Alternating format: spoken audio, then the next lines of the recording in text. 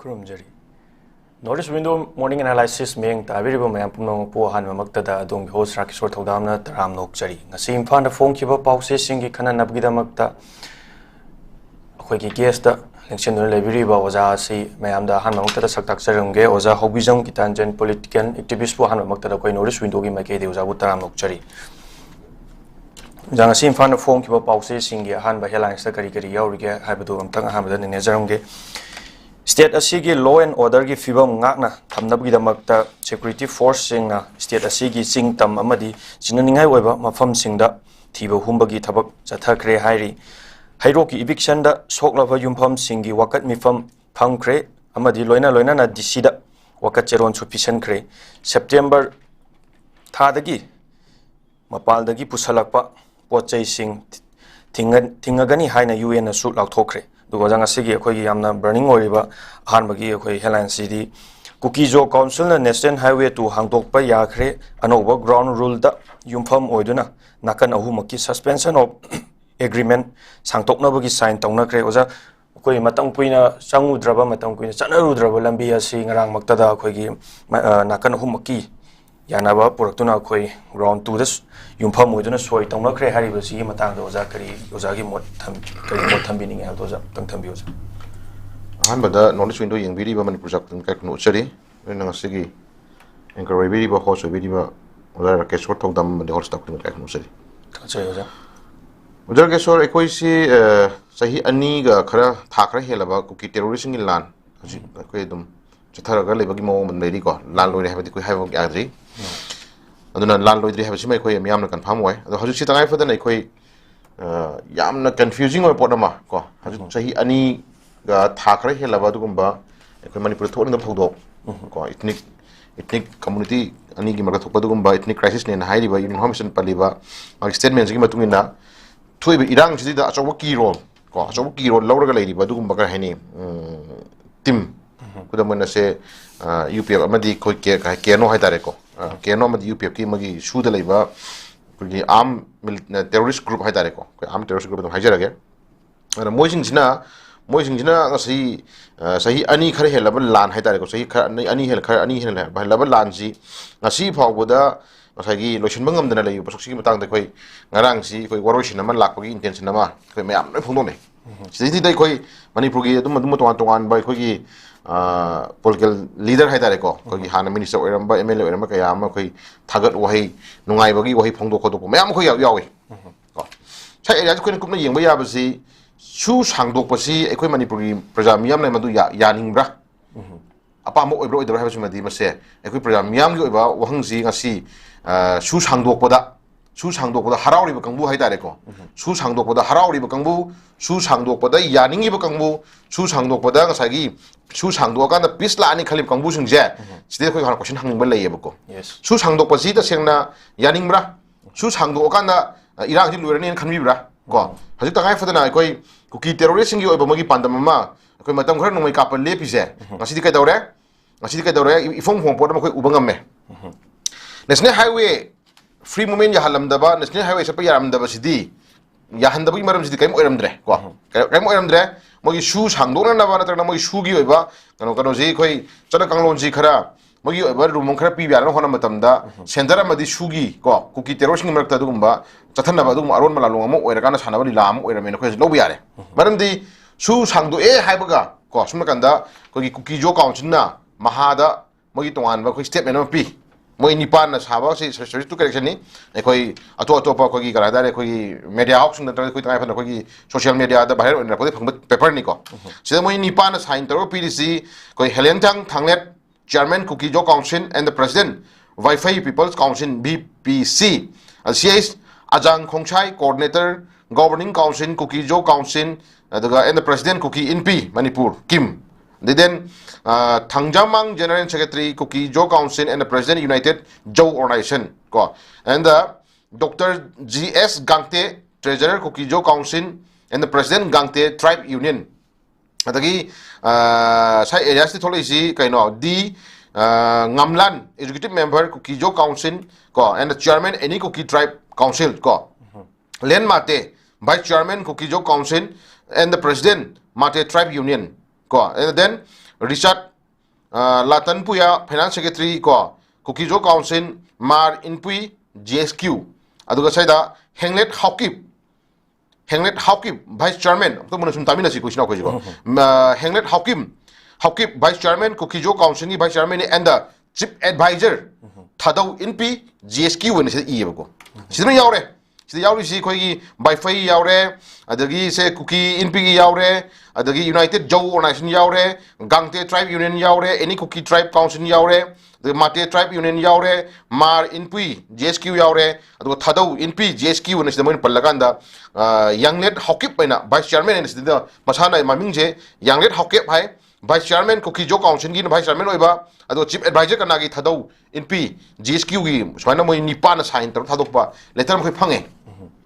sida moina policy ekoi National Highway number 2 si ekoi hangdokpa chatpa yaba khotpa sida mang sida security measure lo ko mayam se palle ada moina kangpopi da phamgi ba public meeting on 29 July 2025 the phamgi ba moi meeting matung na in accordance with resolution number 2 adopted tawre hai ko in the kangpopi public meeting on 29 July 2025 sida moi palle adu sigi batung na National Highway number 2 si ekoi hangdokpa khodokpa yare kholle kai na sumoi palle myam ko ada hoji lure yo point amadi ngasi si ekoi sugi changla kanglon gi manumda ekoi 2005 tagi lakhiba ekoi gi sugi ngasagi changla kanglon tripartite tawre ekoi government of India ga si inadana nomai kam da bani ira lakhiba su kangbu singsi taseng ngasagi area ko hangni si yam nungai ba ekoi gi keno gi manumda mioi 10 marin saba dalong dum yauri adagi mioi kuntrong dun sabi yauri mioi ni funi pana sabi yauri mioi kunthai dun sabi yauri kunthai dun sabi yauri kunthana sabi yauri ko adi UP ko dun kana sabi yauri mioi 10 dun sabi yauri mioi yankhai dun sabi yauri mioi kunthai dun sabi yauri khwai de pikpa da ko khwai da gi yamba da moi de yauri si UP to yauri si mon people number dum sing na koi government ko mitun lugja bani khwai de yamba chani ga mawdra ga taruk suam yauri chahum ga kunthra ga mapan suam yauri ko si punsal la kan de lai ba magi lai ba ke no madi UP ki lai ba magi karo shuzi pamang de state lenga na zui koi chana roi state lenga ki ona di koi chana bang maroi na advocate torani na koi warep lo ki ba lai re ko sugum ba state lenga na warep lo ki ba lai ba mayam jing si kano jara ke shor koi na kumna yeng matam da state lenga lo warep pau nga si di koi center lenga na thos habidre ko in bidre hajik moni yana ri ba kano si warep si koi September mari ngarang sini ko September mari 2025 tagina sahi ma sangdok pa si yana re ko sahi sangdok yana re Joint Monitoring Group ama chinna semba yana re Manipur territorial integrity ngak pa yana re ko dignity kem gi masing hantan ba yana re ko hana tara mai le badu tare ta handa ba ga na moi dum pan badu yana re irang thogo ya ba phum dagi kem tare la hong do pa ya re manu masung ma pan lai ba gi khulai pai ba mari thamba ya da ba siju moi pan badu yana re ha re khulai sing asi CRP ama di BSF gi kem na thamba ri yana re ha re adagi foreigner sing khangdok na ba kadar sing gi verification chatha ba siju moi yana re ha re security amadi michamda attack chathadaba sen khaiba mi phaba yadaba haibasu yana re haire Indian constitution gi makhada wari chanaba si yare niyom kaidrabadi keno amadi upepta operation chathadaba haibani niyom kaidragadi moi mathakta operation chathadaba haibani niyom kairagadi operation chathaba haiba yaduini ko ana sai area sida hana masi aina sum khanjar matamda sigi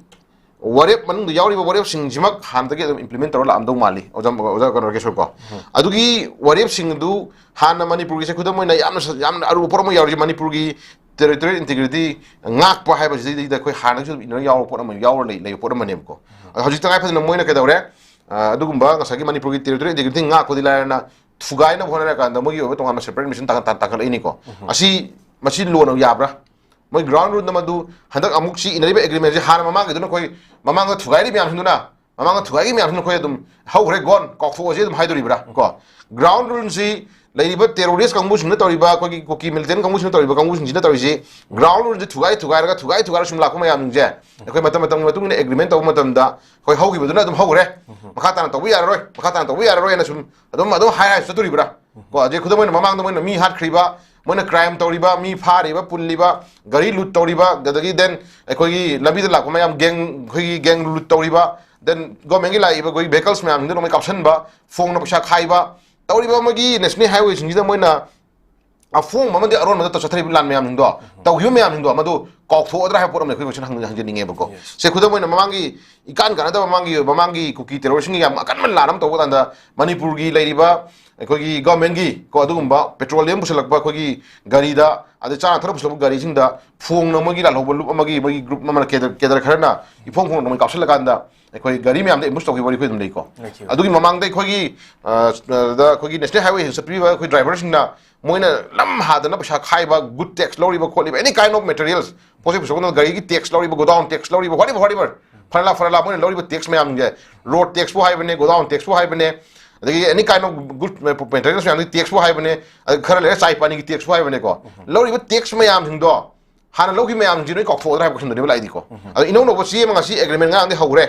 ꯉꯔꯥꯡꯗꯤ ꯇ꯭ꯔꯥꯏꯄꯥꯏꯠ agreement ꯍꯧꯔꯦ ꯍꯥꯏꯗꯅ ꯃꯈꯥ ꯇꯥꯅ ꯃꯣꯏꯅ ꯃꯃꯥꯡꯗ ꯇꯧꯈꯤꯕ crime ꯃꯌꯥꯝꯁꯤꯡꯗꯨꯗꯤ ꯑꯩꯈꯣꯏꯅ ꯃꯗꯨ ꯀꯥꯎꯊꯣꯛꯑꯗ꯭ꯔꯥ ꯃꯣꯏ ꯃꯊꯛꯇ ꯑꯩꯈꯣꯏ ꯑꯗꯨ ꯀ꯭ꯔꯥꯏꯝ ꯇꯧꯈꯤꯕ ꯃꯌꯥꯝꯁꯤꯡꯗꯨꯒꯤ ꯑꯣꯏꯕ ꯏꯟꯚꯦꯁꯇꯤꯒꯦꯁꯟ ꯇꯧꯔꯔꯣꯏꯗꯕ꯭ꯔꯥ ꯃꯣꯏ ꯃꯊꯛꯇ ꯃꯣꯏꯅ ꯆꯠꯊꯈꯤꯕ ꯀ꯭ꯔꯥꯏꯝ ꯃꯌꯥꯝꯁꯤꯡꯁꯤ ꯑꯩꯈꯣꯏ ꯂꯣꯏ ꯊꯥꯗꯣꯛꯑꯗꯧꯕ꯭ꯔꯥ ꯍꯥꯏꯕ ꯀꯣꯏꯁꯟ ꯑꯃ ꯑꯩꯈꯣꯏ ꯑꯗꯨꯝ ꯍꯪꯅꯤꯡꯕ ꯂꯩꯔꯤꯑꯕꯀꯣ ꯑꯣꯖꯥ ꯀꯦꯁꯣꯔ ꯁꯤꯒꯤ ꯃꯔꯛꯁꯤꯗ ꯑꯃꯨꯛꯁꯨ ꯈ꯭ꯋꯥꯏ ꯉꯛꯄꯁꯦ ꯑꯩꯈꯣꯏ ꯇꯁꯦꯡꯅ ꯁꯨꯁꯤ ꯁꯥꯡꯗꯣꯛꯑꯦ ꯁꯨ ꯑꯦꯒ꯭ꯔꯤꯃꯦꯟ ꯇꯧꯔꯦ ꯁꯥꯡꯗꯣꯛꯑꯦ ꯍꯥꯏꯔ ꯀꯥꯟꯗ ꯍꯔꯥꯎꯕ ꯑꯗꯨꯒꯨꯝꯕ ꯄꯣꯂꯤꯇꯤꯀꯦꯜ ꯂꯤꯗꯔ ꯈꯔꯁꯨ ꯌꯥꯎꯔꯤꯑꯕꯀꯣ ꯃꯁꯤ ꯌꯥꯅꯤꯡꯗꯦꯅ ꯃꯅꯤꯄꯨꯔ ꯃꯤꯌꯥꯝ ꯈꯨꯗꯤꯡꯃꯛꯅ ꯉꯁꯤ ꯍꯧꯗꯅ ꯏꯔꯥꯡ ꯍꯧꯗꯅ ꯂꯩꯕ ꯁꯛꯁꯤꯗꯤ ꯇꯉꯥꯏ ꯐꯗꯅ ꯉꯁꯥꯏꯒꯤ ꯁꯨ ꯁꯥꯡꯗꯣꯛꯑꯗꯤ ꯏꯔꯥꯡ ꯅꯦꯝꯃꯛꯑꯅꯤ ꯀꯣ ꯁꯨ ꯁꯥꯡꯗꯣꯛ ꯏꯔꯥꯡ ꯅꯦꯝꯃꯛꯑꯅꯤ ꯀꯥꯏꯅ ꯍꯔꯥꯎꯕ ꯀꯥꯡꯕꯨꯁꯨ ꯌꯥꯎꯔꯤ ꯍꯥꯏꯇꯥꯔꯦ ꯑꯣꯖꯥ ꯔꯥꯀꯦꯁꯣꯔ ꯁꯤꯅꯤ ꯑꯩꯈꯣꯏꯅ ꯌꯥꯝ ꯉꯛꯅꯤꯡꯉꯤ ꯑꯗꯨꯅ ꯉꯁꯥꯏꯒꯤ ꯑꯩꯈꯣꯏꯅ ꯍꯥꯏꯖꯅꯤꯡꯉꯤꯁꯤ ꯁꯨ ꯁꯥꯡꯗꯣꯛꯏꯁꯦ ꯐꯔꯦ ꯁꯥꯡꯗꯣꯛꯑꯦ ꯃꯥꯏ ꯒ꯭ꯔꯥꯎꯟ ꯔꯨꯜ ꯃꯌꯥꯝ ꯄꯤꯔꯦ ꯍꯥꯟꯅꯗꯒꯤꯁꯨ ꯄꯤꯔꯦ ꯂꯥꯛꯄ ꯒ꯭ꯔꯥꯎꯟ ꯔꯨꯜ ꯃꯌꯥꯝ ꯊꯨꯒꯥꯏꯗꯅ ꯊꯕꯛ ꯇꯧꯔꯦ ꯍꯧꯖꯤꯛꯀꯣ ꯑꯗꯩ ꯍꯦꯟꯗꯣꯛꯇꯅ ꯅꯣꯡꯃꯩ ꯃꯈꯠ ꯑꯐꯕ ꯄꯥꯏꯗꯅ ꯉꯁꯤ ꯃꯤꯁꯝ ꯍꯥꯠꯂꯦ ꯃꯅꯤꯄꯨꯔ ꯊꯨꯒꯥꯏꯅꯕ ꯍꯣꯠꯅꯔꯦ ꯁꯤ ꯃꯤꯌꯥꯝꯅ ꯈꯪꯕ ꯄꯣꯠ ꯑꯃꯅꯦꯕꯀꯣ ꯍꯧꯖꯤꯛ ꯃꯈꯥ ꯇꯥꯅ ꯁꯨꯗ ꯇ꯭ꯔꯥꯏꯄꯥꯏꯠ ꯑꯦꯒ꯭ꯔꯤꯃꯦꯟꯗ ꯌꯥꯎꯔꯤꯕ ꯄꯣꯏꯟ ꯃꯌꯥꯝꯁꯤꯡꯁꯤ ꯀꯨꯀꯤ ꯇꯦꯔꯣꯔꯤꯁꯁꯤꯡꯒꯤꯅ ꯃꯈꯥ ꯇꯥꯅ ꯅꯣ ꯃꯣꯔ ꯑꯃꯨꯛ ꯍꯟꯅ ꯇꯧꯔꯔꯣꯏ ꯍꯥꯏꯕꯁꯤ ꯑꯃꯨꯛ ꯍꯟꯅ ꯇꯧꯔꯔꯣꯏ ꯍꯥꯏꯕ ꯄꯣꯠꯁꯛꯁꯦ ꯀꯔꯝꯕ ꯂꯤꯗꯔꯅ ꯀꯅꯥꯅ ꯑꯦꯁꯨꯔꯦꯟꯁ ꯄꯤꯕ ꯉꯝꯒꯦꯕ ꯄꯤꯕꯤꯕ ꯉꯝꯒꯗꯧꯕ ꯑꯦꯁꯨꯔꯦꯟꯁ ꯂꯩꯔꯒ ꯊꯣꯛꯄꯤꯔꯣ ꯑꯩꯈꯣꯏ ꯌꯦꯡꯖꯔꯦ ꯑꯩꯈꯣꯏ ꯃꯇꯨꯡ ꯏꯟꯅꯖꯔꯒꯦꯕꯀꯣ ꯍꯧꯖꯤꯛ ꯈꯨꯗꯝ ꯑꯣꯏꯅ ꯅꯣ ꯃꯣꯔ ꯍꯧꯖꯤꯛ ꯈꯨꯗꯝ ꯑꯣꯏꯅ ꯄ꯭ꯔꯃꯥꯟꯅꯤ ꯃꯣꯏ ꯃꯅꯤꯄꯨꯔꯒꯤ ꯇꯦꯔꯤꯇꯣꯔꯤꯌꯦꯜ ꯏꯟꯇꯤꯒ꯭ꯔꯤꯇꯤ ꯉꯥꯛꯄ ꯍꯥꯏꯕꯁꯤ ꯇꯁꯦꯡꯅ ꯉꯁꯤ ꯑꯩꯈꯣꯏꯅ ꯄꯦꯄꯔꯗ ꯎꯖꯕ ꯃꯇꯝꯗ ꯁꯦ ꯉꯔꯥꯡ ꯅꯍꯥꯟ ꯁꯤ ꯈꯨꯗꯝ ꯑꯣꯏꯅ ꯀꯨꯀꯤꯖꯣ ꯀꯥꯎꯟꯁꯤꯜꯅ ꯄꯤꯕ ꯁ꯭ꯇꯦꯠꯃꯦꯟ ꯀꯨꯀꯤꯖꯣ ꯀꯥꯎꯟꯁꯤꯜ ꯅꯠꯇꯦ ꯁꯤꯗ ꯌꯥꯎꯔꯤꯁꯤꯅ ꯌꯥꯎꯔꯦ ꯕꯥꯏꯐꯩꯒꯤ ꯌꯥꯎꯔꯦ ꯑꯗꯒꯤ ꯀꯨꯀꯤ ꯏꯟꯄꯤꯒꯤ ꯌꯥꯎꯔꯦ ꯖꯧꯒꯤ ꯌꯥꯎꯔꯦ ꯒꯥꯡꯇꯤꯌꯥꯒꯤ ꯌꯥꯎꯔꯦ ꯑꯗꯒꯤ ꯑꯦꯅꯤ ꯀꯨꯀꯤ ꯇ꯭ꯔꯥꯏꯕꯀꯤ ꯌꯥꯎꯔꯦ ꯃꯥꯇꯦꯒꯤ ꯌꯥꯎꯔꯦ ꯃꯥꯔꯒꯤ ꯌꯥꯎꯔꯦ ꯊꯥꯗꯧ ꯏꯟꯄꯤ ꯖꯦꯁꯀꯤꯌꯨꯅ ꯃꯁꯤ ꯃꯃꯤꯡ ꯑꯗꯨꯝ ꯌꯥꯎꯔꯤꯀꯣ ꯁꯤꯒꯨꯝꯕ ꯃꯌꯥꯝꯁꯤꯅ ꯈꯨꯌꯦꯛ ꯄꯤꯔꯒ ꯊꯥꯗꯣꯛꯑꯕ ꯑꯌꯥꯕ ꯄꯤꯔꯕ ꯃꯣꯏꯒꯤ in accordance with resolution number 2 adopted and hairkanda the Kambokpi meeting public meeting on 29 July 2025 da tawba koi Kukijo council gi appeals na hai matung tawba orep logi national highway number thadok pai ja thingan hangan bai ja yanari hai thadok khorji ba udang asi kai dawre asi paper ko nasi thingna matam no kai dawre si Kukijo KZ China buffer zone nga sat ka do ne hai gal e ba jiko adagi buffer zone nga kon ti sai area ko sai thina jabada ngasai gi BBCC na ko mo gi tongan ba organization ko thola i sai area ko ngai har poni ko the village volunteer coordinating committee has strongly opposed already the reported decision to the open national NS02 for free movement of commuters and essential goods in hai ko hai area si the BBCC ko ba mo gi organization thola am ko si no kai dawre ai koi free movement to hon bagi kanu se ko si mo yaning de oppose to hai gal e ko ata ka sai area si dai koi si confusing amada ko confusing amada koi sum thamba dudi ozara ke so sai area ko yam noi te aduna koi je koi na pamjari se center na moi si nganglo piroira yagera yaroira mona tanari ba agreement ko mu to center gi ba thotong zur ko sai di ko state lenga ki wona di koi abrogate hon rabni na manipur miya na su pamdramina su chana ba yara ba jimi koi gi akan me koi gi adugum bang sagi yamna forceful leba adugum koi gi agenda mo era kan ngasi su gi extension to rise su gi ground mo su gi extension to rise koi agreement extension to koi masi yaning de koi haim changi hai tare ko maram di tawbi gi haira kan na manipur gi thamirano manipur gi kai thamiro area border area thamiro center kan tongno biro ko manipur lengak na kai gum ba thena ba manipur lengak na udara ka dimado at any moment amata no mai kamna brata no mai ngasai kai ni kai dong pha ge pun ge no mai aba rumam bibi ro ko ko haidi Kuki jo council na sorry Kuki terrorist Kuki gi lei ba loop mayam sina Kuki gi adugumba ekoi su de ba kamus gi na tori ba crime mayam se not only for hasana han ba natri haidai ko yam sang sa thak ba dugumba sahi di sang sa thak ba dugumba mo tori ba crime mayam se excuse we are the problem yauri sai da ko aduna handaki yam chaw ba irang tholi ba conflict tholi ju ta sinai ta ka di su de lei ba dugumba Kuki terrorist gi na yamna chawa du ma mastermind torga adu yam chawa mating ma hilakanda thon ma irang amane ba ju confirm tor pot amane sagi area si da khoi yam ngai si ekoi tasena yaning da ba pien da ba ꯑꯗꯒꯤꯗꯤ ꯅꯝꯕꯅ ꯉꯁꯥꯏꯒꯤ ꯃꯣꯏꯒꯤ ꯃꯊꯛꯇ ꯆꯞ ꯆꯥꯕ ꯂꯨꯒꯤ action ꯂꯧꯈꯠꯅꯕꯒꯤ ꯑꯣꯏꯕ ꯍꯥꯏꯗ꯭ꯔꯦ ꯑꯗꯨꯒ ꯉꯁꯥꯏꯒꯤ ꯁꯨ extension ꯇꯧꯕꯅ ꯃꯔꯝ ꯑꯣꯏꯔꯀꯥꯟꯗ ꯃꯅꯤꯄꯨꯔꯗ ꯄꯤꯁ ꯄꯣꯔꯛꯑꯅꯤ ꯃꯅꯤꯄꯨꯔ ꯄꯤꯁ ꯍꯟꯖꯤꯜꯂꯀꯥꯟꯗ ꯍꯔꯥꯎꯕ ꯀꯥꯡꯕꯨꯁꯨ ꯌꯥꯎꯔꯤꯑꯕꯀꯣ ꯁꯥꯏꯒꯤ ꯑꯦꯔꯤꯌꯥꯁꯅꯦꯕ ꯑꯩꯈꯣꯏꯅ ꯌꯥꯝ ꯀꯟꯅ ꯃꯣꯏꯗ ꯍꯪꯉꯤꯕ ꯀꯣꯏꯁꯟꯁꯦ ꯑꯗꯨꯅ ꯄ꯭ꯔꯖꯥꯒꯤ ꯑꯣꯏꯅ ꯑꯩꯈꯣꯏ ꯄ꯭ꯔꯖꯥ ꯑꯣꯏꯅ ꯑꯩꯈꯣꯏꯅ ꯍꯥꯏꯖꯅꯤꯡꯉꯤꯁꯤ ꯑꯣꯖꯥ ꯔꯥꯀꯦꯁꯣꯔ ꯑꯩꯈꯣꯏ ꯀꯨꯀꯤ ꯁꯨ extension ꯇꯧꯕꯁꯦ ꯑꯩꯈꯣꯏ ꯌꯥꯅꯤꯡꯗꯦ ꯀꯣ Yes. ꯌꯥꯖꯅꯤꯡꯗ꯭ꯔꯤ ꯀꯣ ꯇꯧꯕꯇꯕꯨ extension ꯇꯧꯕ ꯇꯧꯗꯕ ꯍꯥꯏꯕꯗꯨ ꯕꯤꯌꯣꯟ ꯃꯗꯨ ꯒꯣꯔꯃꯦꯟ ꯁꯦꯟꯇꯔ ꯒꯣꯔꯃꯦꯟꯒꯤ ꯃꯣꯏꯒꯤ ꯃꯊꯧ ꯂꯩꯖꯕ ꯄꯣꯠ ꯑꯃꯅꯤ ꯇꯧꯕꯇꯕꯨ ꯑꯩꯈꯣꯏ ꯍꯥꯏꯖꯅꯤꯡꯉꯤꯗꯤ ꯀꯨꯀꯤ ꯇꯦꯔꯣꯔꯤꯁꯁꯤꯡꯗꯨꯅ ꯀꯨꯀꯤ ꯁꯨꯗ ꯂꯩꯕ ꯀꯥꯡꯕꯨꯁꯤꯡꯗꯨꯅ ꯇꯧꯔꯝꯃꯤꯕ ꯀ꯭ꯔꯥꯏꯝ ꯃꯌꯥꯝꯁꯤꯡꯁꯦ ꯁꯤꯗꯤ ꯍꯥꯟꯅ ꯑꯩꯈꯣꯏ ꯖꯁꯇꯤꯁ ꯄꯨꯊꯣꯛꯇꯕ ꯌꯥꯈꯤꯔꯣꯏꯕꯀꯣ ꯍꯥꯟꯅ ꯃꯣꯏ ꯃꯊꯛꯇ क्राइम चेनल खुद फाब चंगी क्राइम तौर खुद लोकेशन खप चंगी क्राइम तौर खुद चप चाना लिगेन प्रोसीडिंग मखल मुगी चप चाना एक्शन लौर कहनी क्राइम चेनदब कंबू क्राइम इन्वॉल्व तौर कंबूसिंग खादों एस पार मधु सू तौगेरा खोटगेरा मधु सिंतगी अपामनी को सिक्से खुदम से पेरीफेरी एरिया मोय सू केम तरेट इरांग थोप याब मफमसिंग लेहनदबगा हाइरिसि तसेंना वांस सूगी एग्रीमेंट जी चना कांगलो चाही मसि सांगदोखराबनिना अदुगी मरुमदा को हाना ममांगी 2024 की फेब्रुआरी था डे 29 दा को फेब्रुआरी डे 29 दा गसागी सूगी मतम लोयरे मतुंग दा बावुदा मतम लोयरे बदुदगिना हौजिक मतम सांगदोननबगी लेयो मरक्सी बावुदा एग्रीमेंट याउद्रबा सू सांगदोपर लेत्रबा अदु बावुदा गसागी अदम जमेला तौरी बियाम खु उबिरेदना जरकेश्वर अदु जमेला सू लेतबा बावुदा सू एग्रीमेंट चतद्रिबा सू एग्रीमेंट सांगदोक्तिगाय मरक्सी बावुदा तौरमी जमे इफोंग होन कुमा नोंमै कापा ngamiba इफोंग होन कुमा कांदा मी हाटपा ngamiba इफोंग होन कुमा कांदा लौ मी नोंमै कापसलिबा इफोंग फोंगना ngसागी कैसामपात लेरे मखोय इचाइ नाव मयाम मखोय मांगरिबा को देन इफोंग फोंगना आर्मी केमनि मी मांगरिबा मयाम निंजे असे सुगी मतम लोयरा मतुंग मखाताना कंटिन्यू एग्रीमेंट तौद्रिगाय मरक को मरक तुदा बागदा दुम इफोंग होन थोक्तब ngamiba को अदुम ताकु छागी एरिया सिदा अखोय ची पाइग्रबा एग्रीमेंट अम पाइग्रबा राइट अम फंग मतुंग गिदी अमु कै तौरकदा हाबि कनान करी इशुस पि गंगेबा इफोंग फोंगना ची एम पि भाइजे इफोंग फोंगना ने सिदा एग्रीमेंट यावबै वानी मोय ट्राइबर एग्रीमेंट सिदा यावबै वानी लूट तौगनु फिसा खाइबा खोटबा यार मी फाबा यार हाइबै वानी से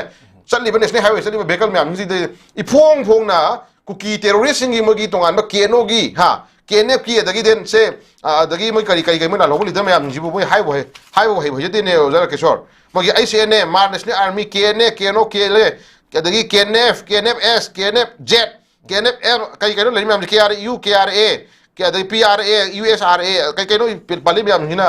मोगी रिसिप्ट मसा चलान मसा का कांदा vehicle tax loriba good tax loriba dagi road tax kana tax loriba chening mayam nukoi mamang du urma tane ko adugu mai phone na pasa khaiba I phone si piraga tax lo mayam dudi madu kok fo drive kusna koi leiri ko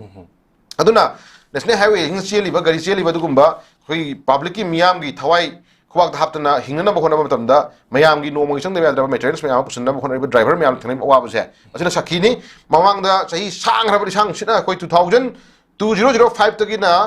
continue handaki irang sibauta kuki terrorist ngira chathariba lalong toriba nitiniom mi mangiba ifong hong tax loba ko kidnap tawba ambush tawba hore whatever mayam noi thok matani ko chu mayam ni leina bauda khangna bauda sai makha ta na mung agreement da khoi su action tawba tamda ka ni amung agreement do khoi point jing do chatati ma point jing do pallaga khoi matung tawya roi ko ngasi jung mi hatba ngasi jung geng lu ton ba hayeng nam ka dare matung tawya roi ko mai ba a hangsim ton ba ang matung tawya roi man ba kayam kuina da nam tawu yaro themaga na mi kya halan duino tax kya lahon duino ko lambi the free movement na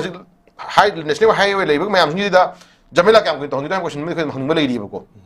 adu ki chap chaba insurance ama center lenga na pibam thui ko center lenga na madu makata na no more to holaroi haibagi no pandam dom ko prajam yam na madu khanganam chang he tare ko madu khangan na hona matam da ojara keso ko haije ni si प्रजा सिंगी थमोय the नुंगनांग बा लांगतकनबा यामना खोगी anxiety हेतारे को खन नुंगाइ त pot लैरिसे मसि कमायना कोन गदा हेतारे गदि अदुगुम crime creator सिंदो सुदरे Kongu सिन crime तरि मयाम सिंसी अमक तंगु फार ग मुइ leader नंग फार कांदा रोड टैक्स लोर बइने ये नत्रगन सही खोय कराइनी say whatever crime any crime तर बइने ये नत्रगन से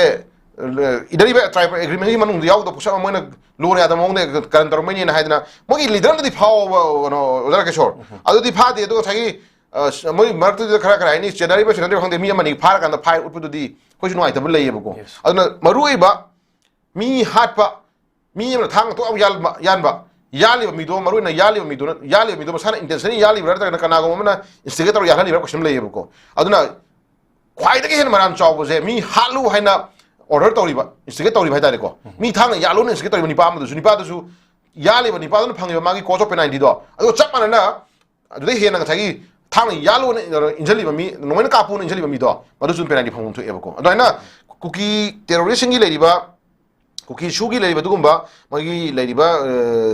sipoi me am ta ma gi le ba member me am nu tawriba crime du gi ba committee se le ba leader du su dum yom thu e ba ko no sai ya ko ha jin ngi si ojara ke shor yam nungai te adu nang sai ko sai ya ji da mo na shu sang du ya ba ko da ka shu nungai ba ta ka shu leite shu gi ground run thugai pa thugai gari ba mayam du di ta shan ma du chap chana government ba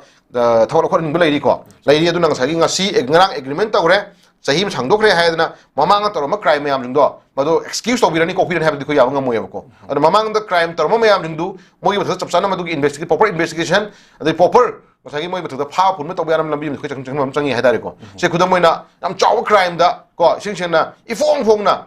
shu de le kang bu sing na ai khoi nong mai kapi bani ga na khoi si jiri lambi da ko I phong khoi nong khoi na kapani ga na hai ba ngam ki ba kang bu ko den na se jiri de thoki ba accident da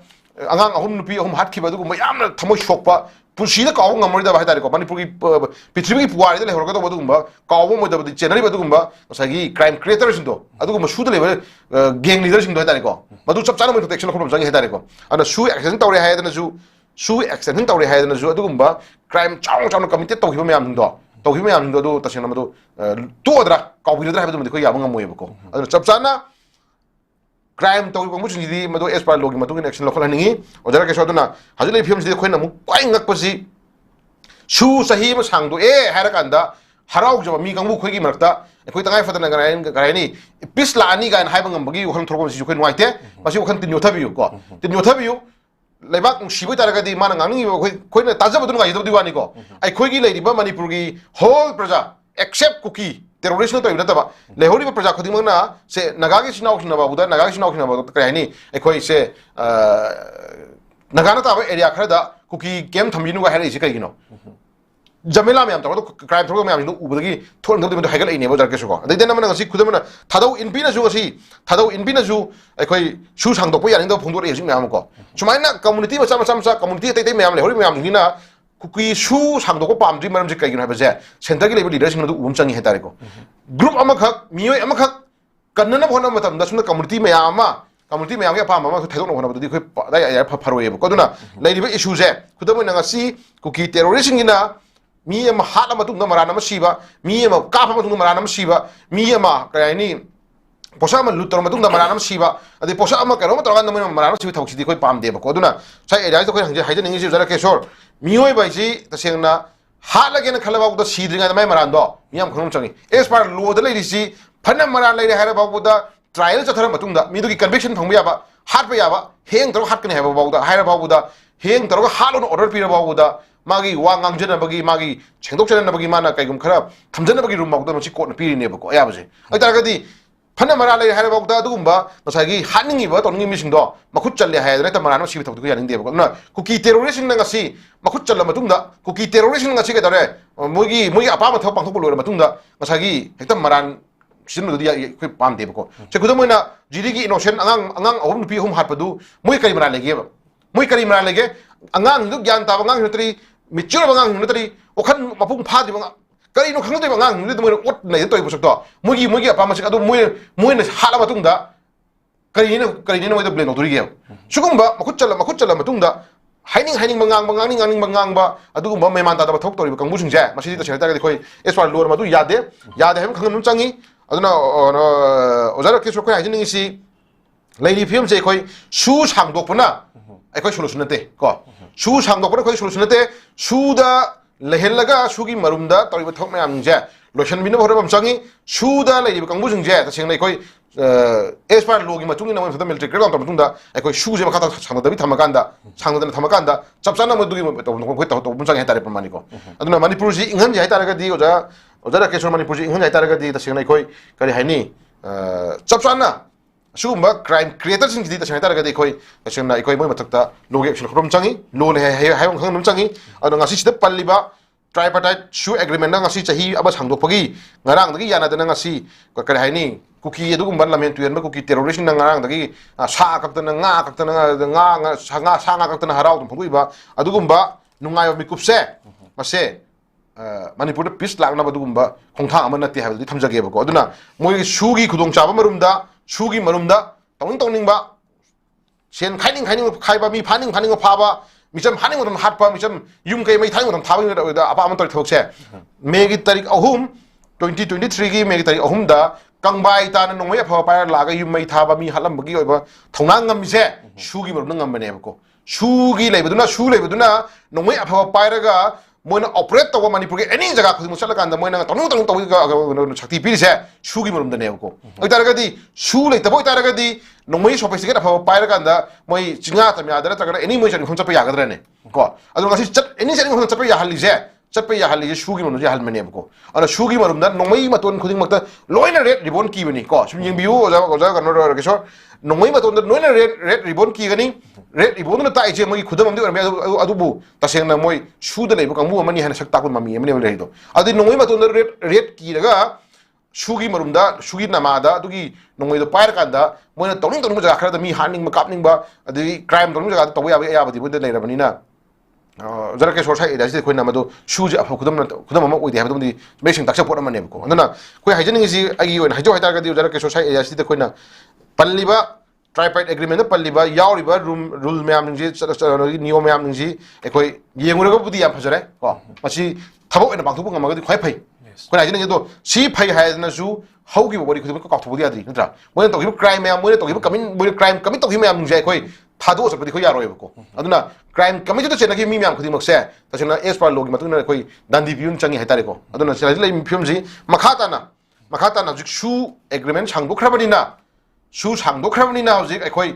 su changdo khre irang nemani habra taba su changdo khre che pai khre ana khoi khu chena matam moire khu chen hai badi khoi section jam matam moire maram di sugi namada moi tongan ba nongwe pha makhan pai ra ga moi chingya tamya chapa horani ko chingong nya chapa horani maning to horani che pai ra min jitin natra adugi marum de khoi kana go chamjar mi khara thawai di khoi haji thawai di khoi ta seng na cham ba khoi yanarani hairabni na khoi thawai khara di khoi chai ya cham na khoi mang phim nei do re ko aduna ngasi su sangdo ko na maram ora kanda khoi kare haini aduna hena khoi da section ngai obagi khoi khongthang ma lai hon thamjar kanda su sangdo poji khoi maram cha de yaning de ba jima de khoi sing hena yeri sini aduna khoi su sangdo e free movement ya ba hore yanarani irang shanti le rani haiba kangbu khar yo kholabni na haji khoi hajini hambal apel ni ko adugum ba haibiri ba mla myam jing do adugum ba haibiri ba leader myam jing do haji free movement yare su sangdo e hairabni na angtang mamang thabiro chusamu sangmi ne raji hoji ko chusamu sangmi ne raji free movement halabni na dagi kangpokui phawraji 아직 모레 생각지 아들이다 수상독보다 하라우리바 아두고 뭐 리더스 칼 레이버 징도 수상독보다 하라우리바 리더스 칼 레이바 수상독보다 이랑 네마니엔 하라우리바 강부 징도 마망 타비로 거의 뚱 이너저라게 거의 뚱 이너저라게 거의 누나 거의 쿠키기 점점바 메만 다다바 넘버 4 사바 쿠키 테러리스팅기 거 메만 다다바 농이 마루도 거의 시비 진행들이 아두부 거의 마름 자라디 거의 토이 타가니 아두고바 쿠키 테러리스팅나 수상독보다 하라우리바 쿠키 테러리스팅나 ngasi free movement jahalani ka harau ribang musing do adu mamang dung thabiro ko yam tung nezara ge ha hon thamjage odara ge so do yam ngaite asi apun magi disin mong nam changi ko ai koi haijening isi prajadi innocent ni mamang de lebiri ba pi pa ol bang musing duna chumba magi de ko sta tuini pramani ko adi haji khudamana su sang do khre pislani haibagi ol mami si da harau haraka ngasi ka haini mayam je moi mayam pasha pa mayam duna aeroplane chake haiba ko aeroplane pai haiba 아들 시 free movement 야라미나 거의 라이브 강무 khara de makha cha tuini entro makha tuini to khasi kai dawre buffer zone nga cha ka dawni ha gal iko kuki jo council na mo kai dawre koi ministry of home affairs bi basi du ground government bi basi du confuse di sai confuse ba por khara le aduna buffer zone nga cha ka dawni ha gal iko jiko adi buffer zone nga cha ka dawni ha gal ni na ji buffer zone lanjul taraga di koi amu sibi phim le du ha tare ko adi sai area ji migi macha jingna koi drug asal lagani hang dera takara tong ba ko moi nga ki moi apam phang hona bada pungtau to thawk sida khoi na sai area sida khoi kamu khara jo kai dawre khoi phare sugi extension changdo obani na khoi hajim khata kai domina sige khoi kai dobu ya bali khoi section ngai di oiri kai dobu ya bali ga thamiro kai pen ge ba ko harau jage ba e leader mo hai biro kai pen ge tanna biu nei na biu ko khana biu mayam na khana ko do khoi yai ko mayam na khana ko do khoi yai aduna mayam na khana bo phum du khoi na achu mo do khoi dum injage ka spai de ba ko tabu ekta ngasagi su agreement je ekta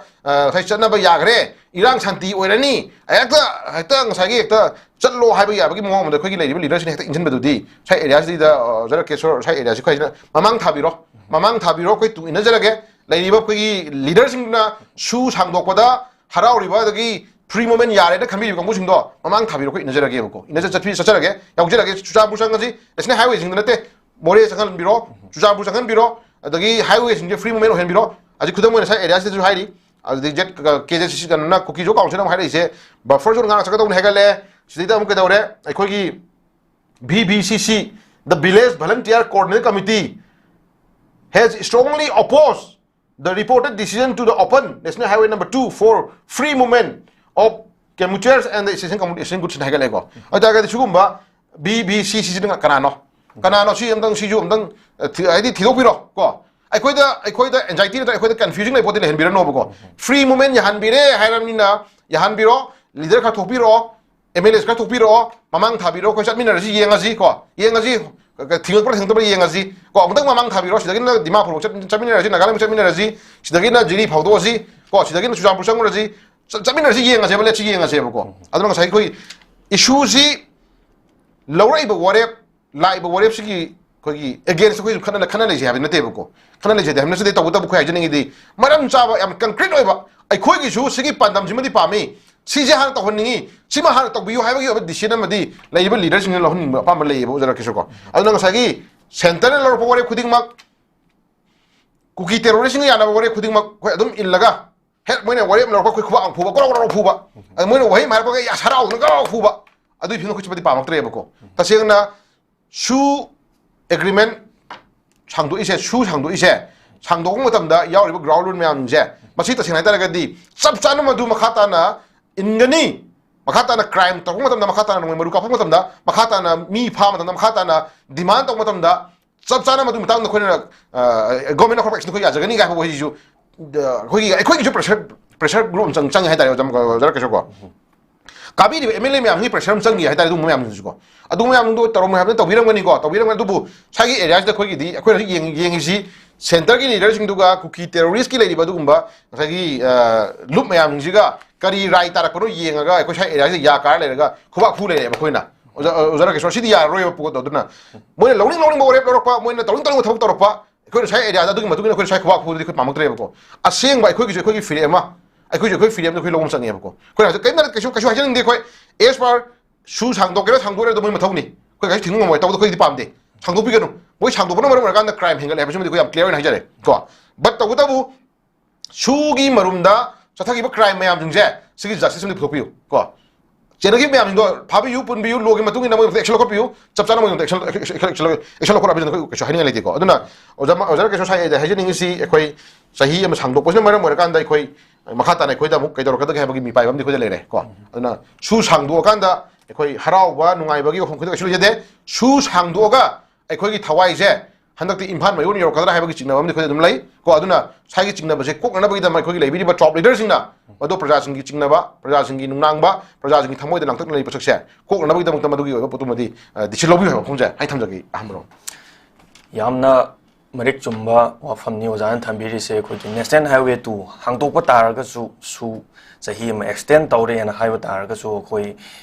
Matu the Harau Ningale, Massi, Su extend our have the political parties in the Marakta Su Harau, Su, Yaudam, Nati, Highness, Yam Rich, and the Tambiri, Karimba Massina, a favor on the Poropataragadi, Mapima Power, Vishinga, Mang Tabiro, innocent people of when Matung Injaragi, Karimba Masida, Yaswangam came to Toll Roy, have a Taragadi Dubu. Su extend Tobogin Amada, Karimba, Quena, Chat Owonga, Karimba Karadi, innocent people credit, Hawaii Taba Yabagi, Mami Masong, Lakani have his Susan, and Rich Tambiri Zaduga, Koi Anishuda, Lakani of Wenasina, Koi Prime Minister Lakani have a Hojuzik and a burning issue river, Pau Sikayamak, Jungudo Ribano, Karigumba, Prime Minister Asino Manipur, Lapa Taragadi, and over Sarkarama, as soon as possible, I'm two and a Simbira Kadra, Amadi, Koi ITP sing, Yum Maisatun Lake Crabba, Lanjena Duna. Jaga relief came the Sangja from Logan Labor sing a Sisu, Prime Minister Narendra Modi lying a Gimanusida, Akoi Mayumda, Mahagi Magi, Lampona from the Hanjala Gadra Hive, Si Prajadagi, Koi PNWG, Kola, Madi Pondomasi, Pondo, Masi, Matanakari, Motambini.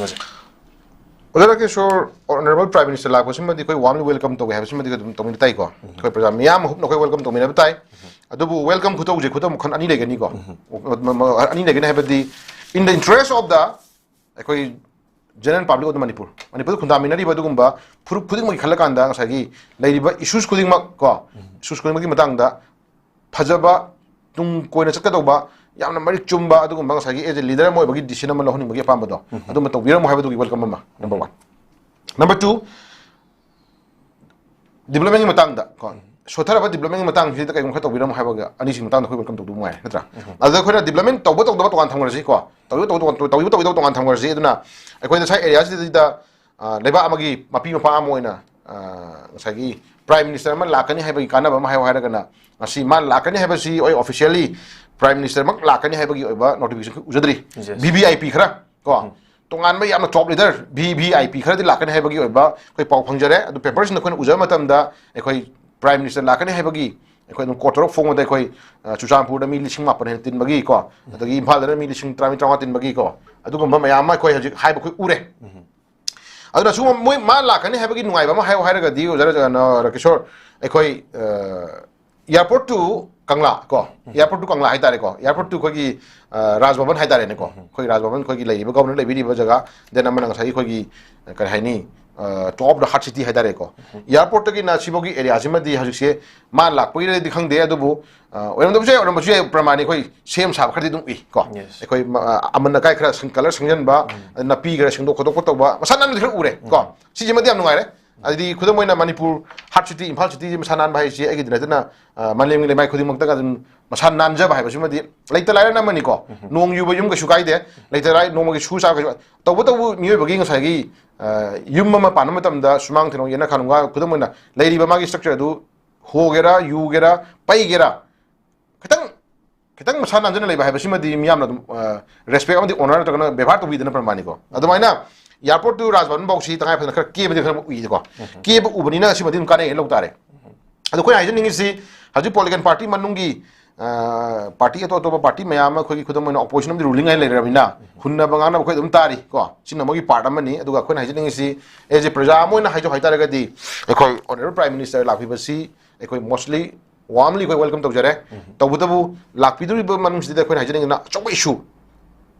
Mishi mina yawa mi mang ba yawa yum kai laitana khoi isagi yum manungda ko isagi lam manungda ko se khudam moina ai imung amada ta kana gum magi imung amada khana chena bathu e khana chena bathu ko imung thu ko khana chena bado mapa ama laina ka daure masa ani khana re antra masi mana khana re haidana khoi amana imung da helaga ko khara amna imung da helaga khana riba kamusin mak da khara amana ka daure sumang matonda tin khajal laga phi khajal laga lehen magi mami tahan baje masi imung du mama pa duna ngasagi law wore tarna moi mama pa du kholon kai le bna du khang mala idro jar ke ko aduna mama pa oi du matik chawa sa da bhai ji sai area si da imung ma da masibona khana ra ba boda mai magi area da pham sa layo ku thane ya khata na hai bang magi thona am chang thu tari ko adu hai da mama pa du yengan le ga suma kan masa amana ka daure agarda ko gi shoro agarda sumang ma tonda phi khalaga leiba sunda masa amna kai daure maning maha da toilet khonga khongda khoi phi khalaga leiba adugi nongching mak tu de khoi gi awas thing khang mi am do mama pa suma kan im ngai na ac thar tum le raga masa ani du na dra masa ani om du na khoi gi monjong marak ta ta suma ma tu na phi khalaga tum le po da yenga le bang mama pa do adu mama pa ko mama pa hanung kusala kan ne ko adana same thing Manipur da hojik thui ethnic crisis ne haire ethnic crisis ni da oi nangjun lam hen biaroi nangjun lam hen biaroi kathon dong no bai mangi le hon dong no makata se kuthara mi dok pharoi hai ngam da mama pa jikra mama pa ko hang bala ko aduna sahi ani hela ba dugumba sathira ba kuki terrorist in lan ji da ta cheng nai khoi loina tok thuo ga nang sahi kuki terrorist nugi mogi sai shu 상동나 버기 보드나 거기 롱는 라우라 타마가 수는 간다 나가 자기 깡홍 자이드나 마음 전에 버기 마미도 한 버제 시 저렇게 저러면서 아포 그런 나 때고 아도 anyway 오늘 프라임 미니스터 랑나 해 버제 라피드 수는 어두가 사히 아니 khare helaba manipur miamna pamiba not only for ko maite ka hajeroi ko maite ka hajeroi masi koi yamna bias lego hono sade koina pamjari si justice sumadi ko thong changi ko achumra dum di ko thokpi habani khani bosiko achumra thokpi habani kana lan ma kana chum habadu madi khoi dishilo du ya royem ko sai area si da head pukmin na ba kuki ga maite ga pukmin na ba habadi khoi habi ya roy ko madu madi khoi phara nung shira chuma du di asing manate ko amana indigenous masa hojira ko pona mani amana yumdang mani ko amana leibham leitadana leibham leirana ba jaga pibir kan lo khoi lehin gi bani ko lehin gi bodo leimin chamin ra ko leimin na ki ba haibna ko pan ma kai de aduga pokmin na ba i ani gi mar ki body ko pan mi aro ha ji ko si pal le na khoi moi bo waro wa te ko ha jeni se achum mo la na hona matam da hek pokmin na family ma gi pokmin na ma chimanaw i mama ba abna pokko i ma gi ma chimanaw ba buda kai go mo sauna ba ma da gi manaw ni pa duna maya ma thang ya la hale maya ma duna manaw pa thang ya la hale ha ba buda espa logi ma tungina chumma la ma tongan thang ra kan da hat ra ba thang ya li ba manaw pa do thang ya li ba maya ma do madu phane chumma la no kon thika ki du ni go phar ma tung da ma gi nan ka do mi thang ya li no nan ka do crime tori no je ma se lu na je pot ma ne pot go lu na dum ya je pot ma ne si pose adu ma na same thing Union Home Minister na ethnic crisis ni habire community ni to badu crisis na haram ni na kana na ha thang ya ma hoba kana na ha na madu thang no kin na thin ma hoba do madu khalla ma tung da nan ka do kin thil ri no nan ka do thang ya ri no madu da ai da lo du ha charai bi da kan madu action lo ya da maram kai ya da maram kai no ko hang jani nge ba ko adu ma na same thing ko ha jani ji ojara ke so ha le pm ji honorable prime minister la pi da matung da adugumba masagi niyom do madi honorable prime minister la pira kan da sahi ani helaba isagi historical yamna koi history na base of jaba isagi loan isagi yek ko sahi lishing mari mangai puari le jaba ko adugumba manipur ethnic community khuding mona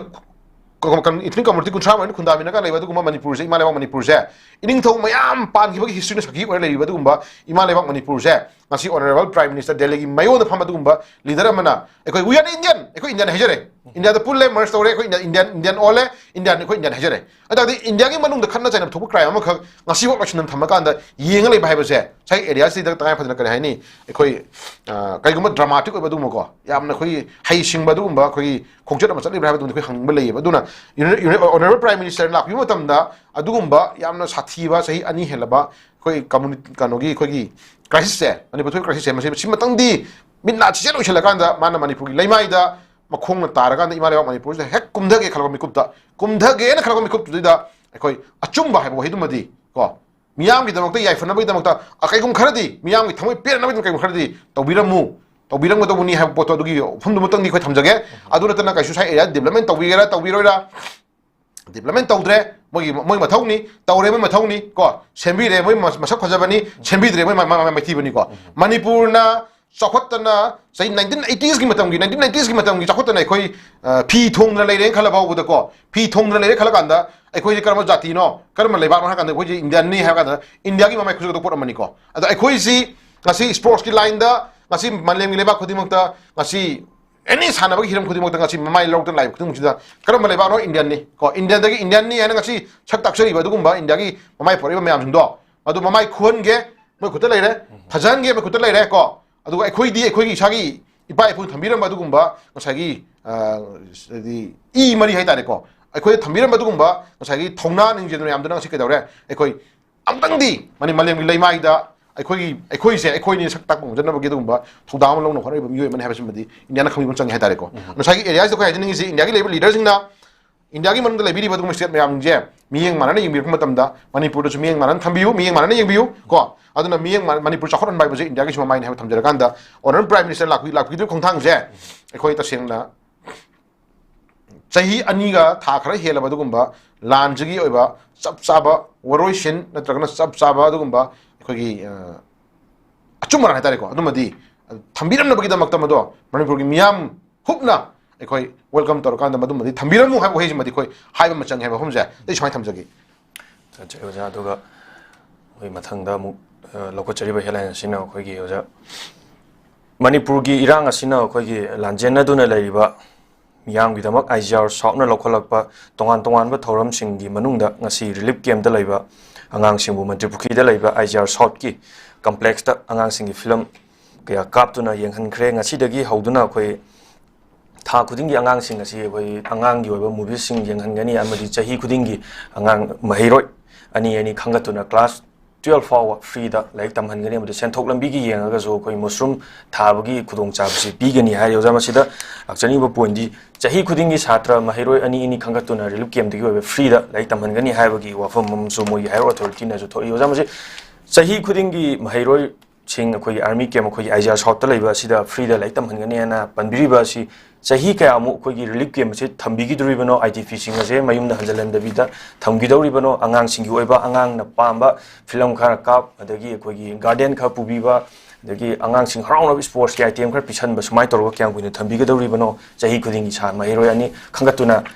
अखोई class 12 फाव free दा like तमहनगनी अदगी सेंथोक लंबी नातै चादब किसु अखोई mushroom planting असी तौदना सेंथोक लंबी लेहंगने ना ngarang gi अखोई ngasi हेलाइन सिंह जो वीडियो जाम सी करी मो थंबिनिङो उजरा केसर मसे कनो ने खोइना आईडीपी की मतंग सिमदे ए तसेंना आई थमोय दगी को आई याम वाद हाइनिंग्रे को याम शॉक को आई खोगी इसागी लेबाक अमदा इसागी लेकाय अमदा इसागी युम अमदा खोगी रिफ्यूजी की टाइप ता हैदारे को खोगी मिटो अमगी टाइप ता लांजेनरगा तो बले बाम लाखोगी टाइप ते खोगी याम तोन हिंग मुसी महिंग थंबसिमदि उजरा केसर मसे पेंदे को पेंदे दना फना गवर्नमेंट की लेरिबा दगिदना मा तो एनी काइंड ऑफ सेक्शन खुदिंग मगना मार माना गमजबा होय तो पांगदे हमते मैम पांगनरी को मागी कोई लेगेन एड क्लिक तकी जुय कोय दम तो मैम मतेंग पांग खु उजरी अदगी से आर्मी की साइड हाइबी दुनी को तो सेक्शन डिपार्टमेंट खुदिंग मना जो मतेंग पांग मैम खु उजरी को सुगुम्बा मैम मतेंग पांगजिला बाबू कोई पियन में नाइरोय द भाई तारे को कोई पुंसी महिंगसी मी अमना मियोय बामना नसागी साउ चेक बाउदा मागी मकोन मागी महुम मसामना साजरगा नों चिलाखु मतम दरा चगना मागी प्राइवेसी हम लेन रिजरी मिन प्रमाणी प्राइवेसी दु लेहंद्रबा को मयुम में कई मई थादो पिरबा को अदु देना मना नसागी हिंगी पुंसी महिंग दि करी शुरू को हिंगदा के हबे बिस्ते अनो खंग गमत बिस्तेस लाबा सुगुम बिस्तेस दि तांगा फने कोइना कोइ मियोय बगी नसागी ह्यूमन का नोमा कोइ नेस्ट का नोइना कोइ गाइनी मिनुसी मोइना कोइना मोइ गमज मतेंग पांगो दुबुदि याना फै को याना फै तबु तबु सागी इलाज कोइना अदोम नतबा सही जगह के साबी अदोम नतबा मोजी याम थुना मसा मसागी मरुम दमदा मसा मसागी मरै काइदा मसा मसागी मयुमदा हंजरला मतुंगदा को मोइ गमजब खरा खोने खोगी खसम इनिस खोन मतेंग पांग या खरा पांगजन बिरकान हाइतारे को कोइ पखन खलजु को लो उजरगा ओगेरा नतगना मिस्ट्री ओइबो ओगेरा नतगना मागी हाइबा सिंफम द बिजनेस तो ओगेरा व्हाटएवर तौजरकांदा मागी नॉर्मल लाइफ तुम हिंजनगी हाइतारे को लंबी में खोइना थुना सिंगी बन हेन मदुन हेन खोइदा कानाब लेकिन हाइतारे को अदुन गसाई लाइब्रेरी मैम जिना कोई गसाई ममांगदा कोई आईडीपी की लीडर मैम ना गवर्नर उनरो मतमदा कोई ममांगी मथंगी चुजामपुर अमदी मोरे की लेरिबा आईडीपी जिंजे मथंगी मार्च मतुंग हाइदारे को यूनिसेस की मार्च मतुंग कोई वाखना जी गान हाइर खिबल लेय गान फुंदो की उजरे खबर दको सेविटु कलेक्शन नि कोई ममांगदा मिनिस्ट्री होम अफेयर्स की कमदा कोई उनबिरो मतमदा in the month of December के मंद कोई तांका ओहनो थोनो कोई लोरे हलंगनी गान हाइबे इंश्योरेंस टू कोई मोरे अमदी चुजामपुर याम दे गान फुंदो की कोई हाइतारे को जरा केसो को नसु मैम जिंजे कोई तसेंगना आईडीपी कांगबू सिंग सांगा बदि नतेदना ओजरा केसर को मियोय बनी देना को मियोय बनी मोइदा मोइगी दमत खोइना कानाबा अखोइना ngase ina ngamjaba khara agi ngamjaba khara putho kana ngang chaina khara gi damakta kanom chamin ruba kanom mating pangu haduna aduna part amani dina ko maduna di mogi life si loi bani hetari pramani ko hausu mangai mari mata yeng dana laik tamhan biba adagi imung manungi ngasai mating pangba then masagi school college gi fee sino honam mari mata mayam changjang dana hause ma mangam jang thok su to mayam yawi hetari ko sugu mayam jingse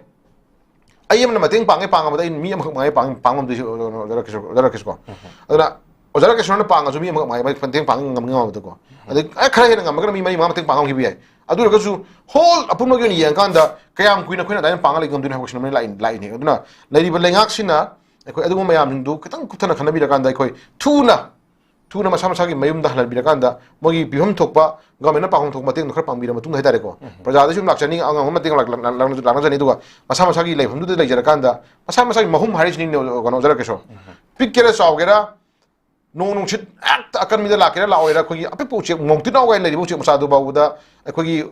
उना खर नपगा महुम साजरी दो अदु लेन दारागा नोंजाव लागा नुंसित नुंसा लागा तलगा पाइगिनी काइनि थोनरकनी खंखलिनेबो खंगिनेबा खंगजु खंगना मागी महुम मसाम साजब मतमदा महुम दु लेरगदि मा हिंगनी हाबि थाजब मंगदा एक्सपेक्ट अमनि लेजरिनेबको अदुमाइना सेम थिंग फना लाइरगसु आइगी लेभम आइगी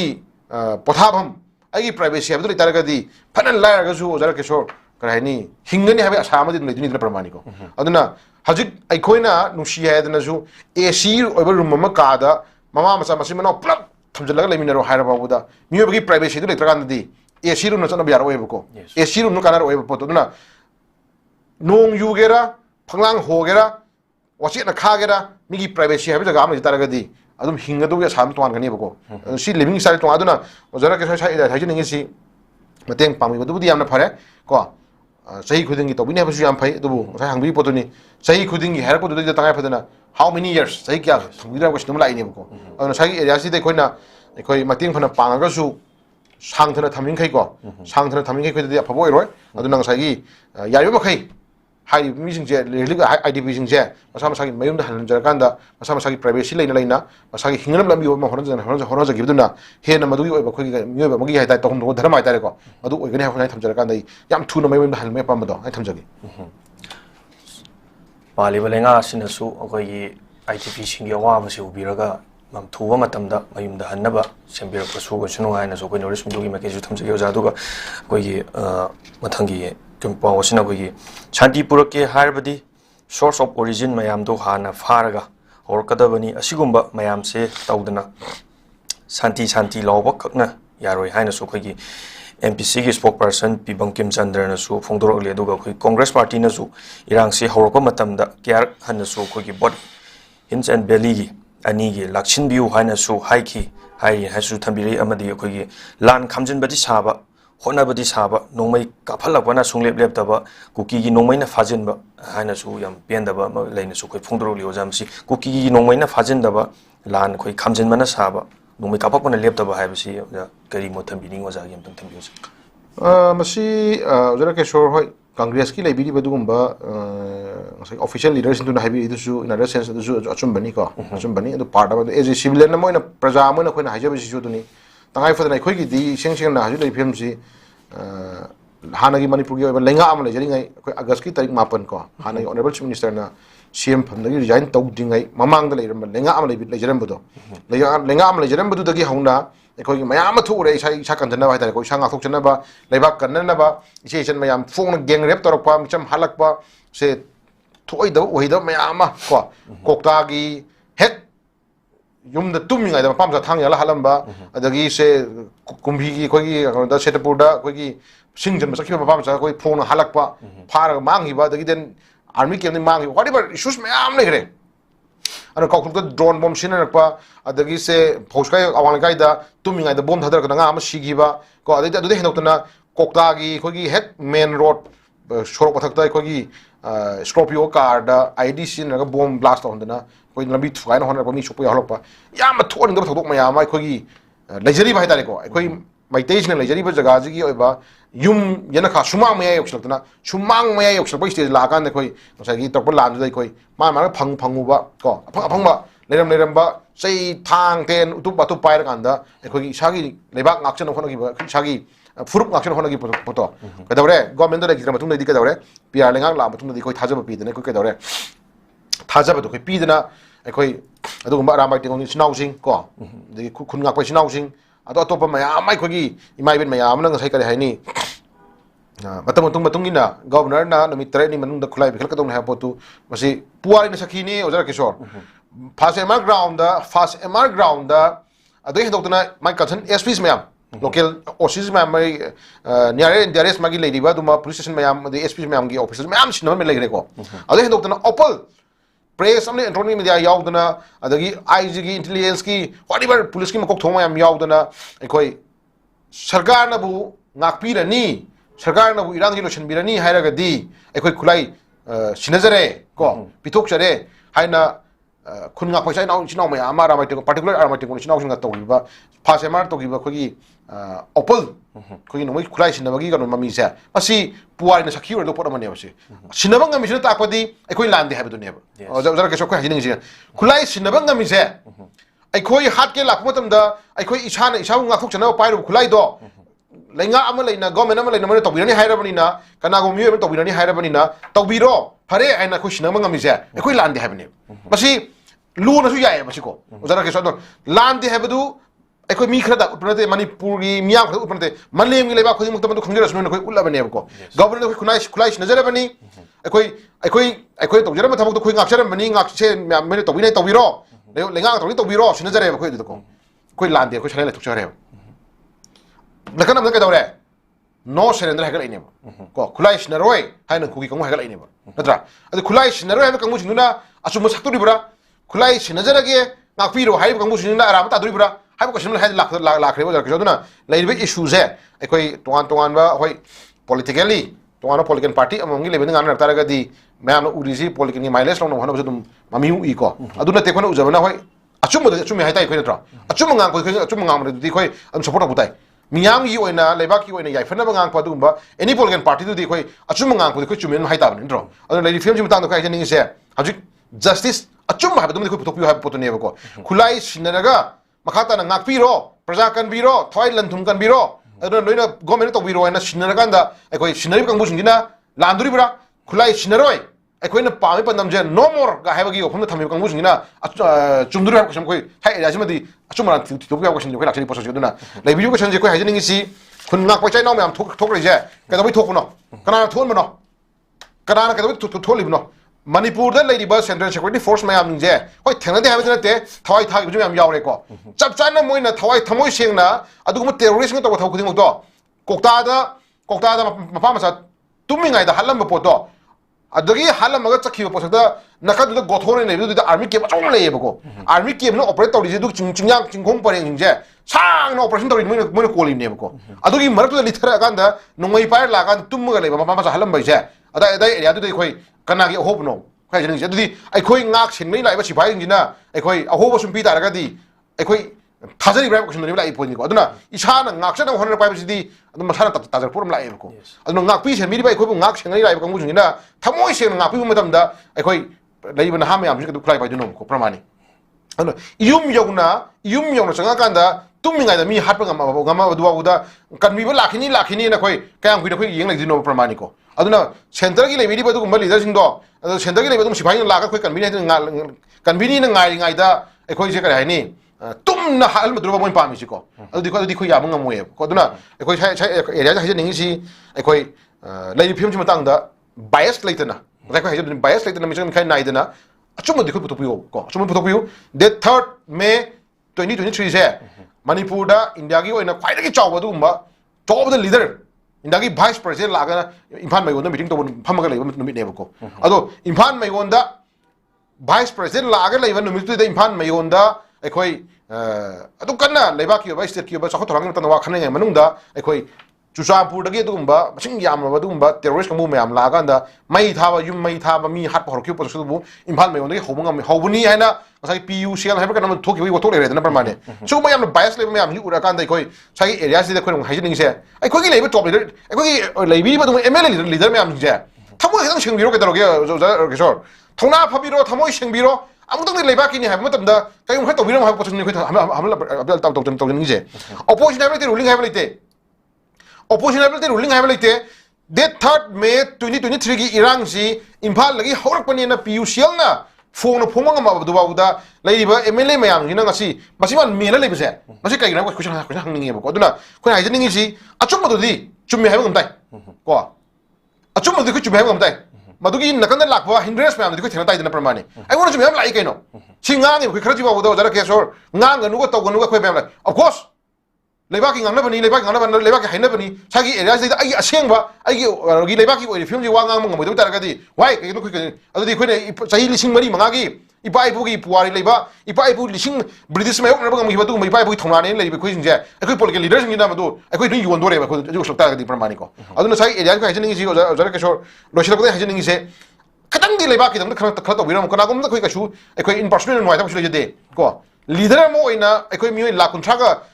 तरुक समथिंग उठा बारी समथिंग खरा हेनबा प्रजा सिंगी राइट सिमुदा सिनरबनी को अदन मोइना पाइबिरबनी मोइन लीडर बिरबनी तागदी मोइना ngasi थौना फनमदि खथेना बिरम माबा खमजे ai thamjara kanda ekoi chapchana bias leitana ko bias leitana ekoi achumba asengba esma logi matungina thenam thoba aduga ngasai tahum thobudodi khara tawbiram khomje hai thamjara jarkisu yamna koi marik chumba wafam ne ozana thambiriba se khoi lan khambari saraga nungai kafalakpadi sungle leptaba haibsigi matang ozana thambiriba point asi isa ngak thokchana ba paijaba khulai phawda koi peace pame haiduna mayamgi puari da ohero ba khoi manipur si da puari wana lina horo ba koi fasema la thokiba koi khulai surrender tawgi isa ngak thokchana ba paijara ba khulai du bukta surrender tawjagrabani adu masigi matang da koi ozana thambiriba si amna marik chumyo jaduga koi masigi analysis gi losalak aroi bana koi last ki khoi wahang asi dio ja koi haukiba hoi haukiba irang thokiba mayamda koi meitai praja common people sing asiana adagi maram chadana ki jingna tuminga da laga hapiramba adagi jiri da hatkiba mamamsa angang ani hatkiba shuma kayama koi thoning da bi shu kayama thokre mama pa weba singi kappa ge tingtha khon ta ba ngamdaba khongjang kayama changchangiba ashumba mayamse pulap kaukthoknaraga koi hatak anoba government ama semba sida mayamna punbo namtang saruk yabinaba haina koi gi MLA 오비리바 그 캠사나 오자 봉독비리 오자 마시 허기부 징제 그 각톡봉가 마드라니 하이버기 마탕도 오자 미암기 까밀락저리 오자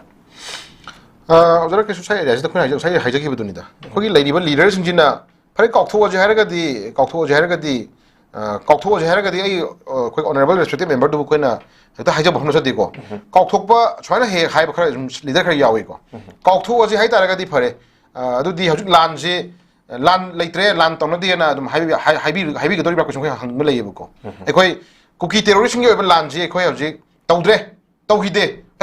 떠우라가지고 그 각톡어지 떠우히데 하이라지 하이버시 그 야두리바 좀 그냥 한전 닝게버고 그러나 쿠키 테러리스트나 떠리버 자히 타 자히 아니 헬라버 란지다 다시나 에코이나 각톡어지 하이버 와이지 지 퀘스천에블 남디 온 오예버고 코이나 아저니나 각톡어지 하이버기 모타 에코이 눅시나바 피스풀나 라강 코나버도 얌파레 떠부타부 로 투가이드나 아예 가이피바 두금방 사기 이랑 토리 광무신도디 로기 마뚱이나 액션 lokop도디 거의 너무 독답을 하고 싶은데 라랑이 되고 저렇게 쇼고 어느 사이 야자 거기 참 리더 카드 야위 sometimes 막는 소리 하이적이더니 꼭 토지 해 보이지 않도 있다네 하이 지리다 토키바 지리다 앙 하키바 지부 거의 꼭 토부 야라더니 거부딘 거라니 레기드레 로이그레 마이타그레 마기 마토봉 방토본 로이그레 아두가 피크바 앙들디다 탕 맞춘 tum나 틴바 아도 안강 비마사마다 피지컬 엔설 떡보기 거기 한전한전 마기 맨 파칭다가 자기 맞춘도 본 팀마 거기 또 마음도 유신도부 마도 자스티스부터 아춤마람부터 마도 크라임즈니까 무슨 디 파워 하이브도부디 하이음 독더버네 오자라게 쇼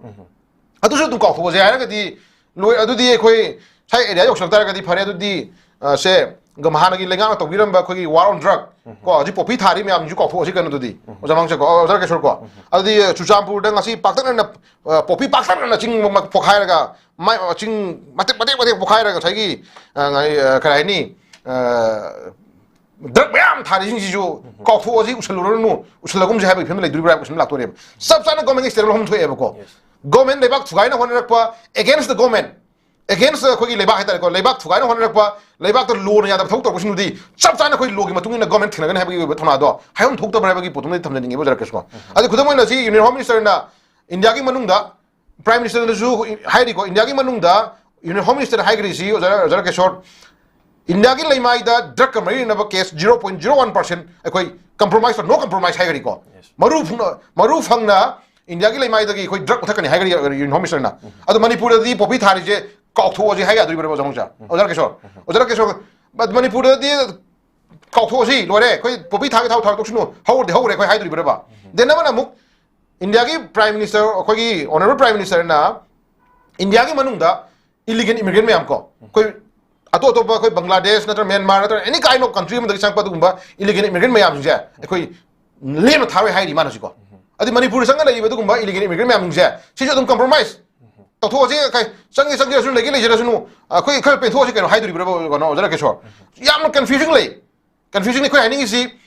이슈 그래도 그나 펜토봉 안 비야이 거 마름 자빠도 그 펜토봉 안 비야이 마름 자디 이탁가라 내던 찬업 좀 비야이 프라마니코 아도 뭐 하직 레이브 좀 저디 컴프로마이즈 또 비야다 펜토고 야다 포크레 야우리바 아디 일리겐 이미그레이트 면 펜토고 야우는데 테러리스트 면 펜토고 야우는데 드럭 면 펜토고 야우는데 거 아도 뭐 마니푸르 이랑 토리 면 주부 그나 펜토고 차이 다르가디 저렇게 쇼 차이 야지 되고 opinion mo di ka kenan biya ko opinion ka kenan biya do ka su lebaki ma bi ma pa mo ina ko na hajan ni hayan jani di pen thok ma thok tai pen thok biya adu lo thugai ba ngusin di ko lo thugai ba ngusin di ko lem tharo ha jang ro sini ya poto adu ki hayan ni gat su le ni nge ba ko ko da mo ina is lebak thugai na ba lo thugai rak pa lebak irang thona ba sinu thok di ko no compromise ha jang nge ba ko adu da ko gi hau gi na hau gre ko pen thok na ra si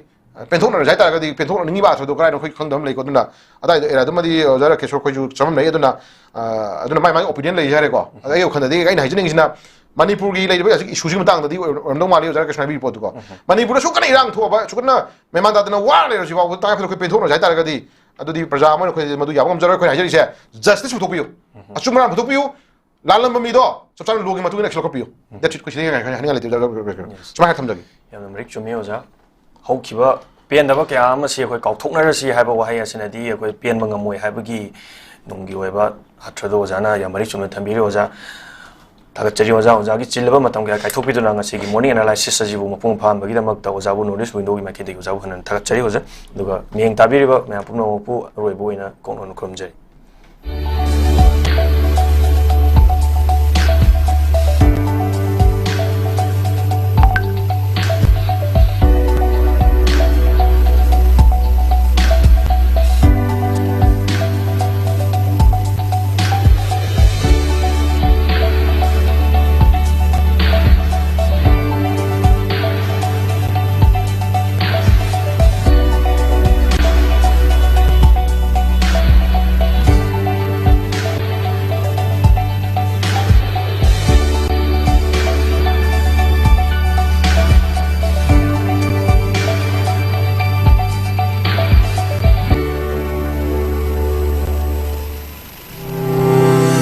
Step into a world of endless possibilities with 18 dynamic faculties and 180 plus courses. Unlock your potential with industrial-ready training and placements. SGT University, empowering tomorrow's leaders.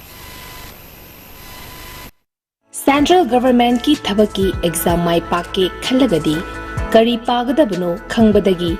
kari paroidabano khangbana hena maru oi. Russell Coaching Institute Mayang Imphal SSC Defense Samadi Banking Exam Singi Tha Taruki Boarding course Hauzaragani Mafamasida Boarding the Laiba Satra Kudingmak Thavaki Exam Singda Written da 100% success oiri Mafamasida Sakdaraba Retired Navy Air Force Samadi Subject Expert Singna Takpi Tambiri Boarding the Laiba Satra Sing No Madapung Tara Ozaga Lunina Larik Pahanbaga Lunina Pung Amagi Physical Training Su Pichari Mafamasida Subject Kudingmaki Shortcut Methods Su Takpi Tambiri Akagnaba Sit Masing Kun Khaktani Yaubining Basingna Mayang Imphal Bangun Buya Leirakta Laiba Russell Coaching Institute Talakpiraga Registration Tobihau Natraga Akupamaro Gidamak mobile number 8289-833-957 da contact Tobirau. Hakchang phana thamge hairabadi iramda masimakta da leiba khwaidagi pharaba hospital singi manungda ama oiriba Babina Hospital leijari mafam asida thajaba yaraba amadi sel yamna changdana specialty kun henbada ana layeng bagi khudong chaba pizari pediatrics cardiology cosmetic surgery amadi specialty makal makha kayada aikhogi specialist singna marik chumna thawai hakchang yauna layeng jari aduna state wangmada amuk kari gi chatlugani aikhogi manipur da su hojikti awang bathaki healthcare fanglabada matam mangan biraganu sel hena tingan biraganu aikhogi specialist singdagi malemgi apaba thaki layeng patak yumpam oiba service lobiu Babina Hospital where hope meets compassion akupa marol gidamak Babina Hospital Sajiwa Jail Road Khabai Soi Imphal East Lengsin birau natraga aikhogi phone number 6909390666 ta call tobirau